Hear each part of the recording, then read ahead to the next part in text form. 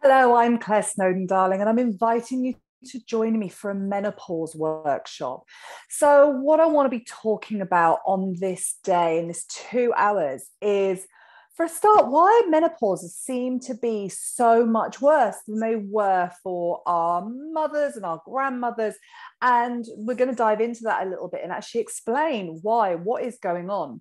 We're going to be talking about the differences in HRT and everything from bioidenticals to the synthetics and the body identicals, and how you can kind of work out what conversation to have with your GP, because a lot of the time women don't even know they can have a conversation with their GP about what HRT they would like to try. We're going to be talking about this connection, like why does suddenly I'm intolerant to shellfish? What's going on? All this crazy stuff that happens in my body. We're going to be talking about that. And we're going to be talking about how can I reduce my symptoms? What is my body asking of me? Like, how do I navigate this?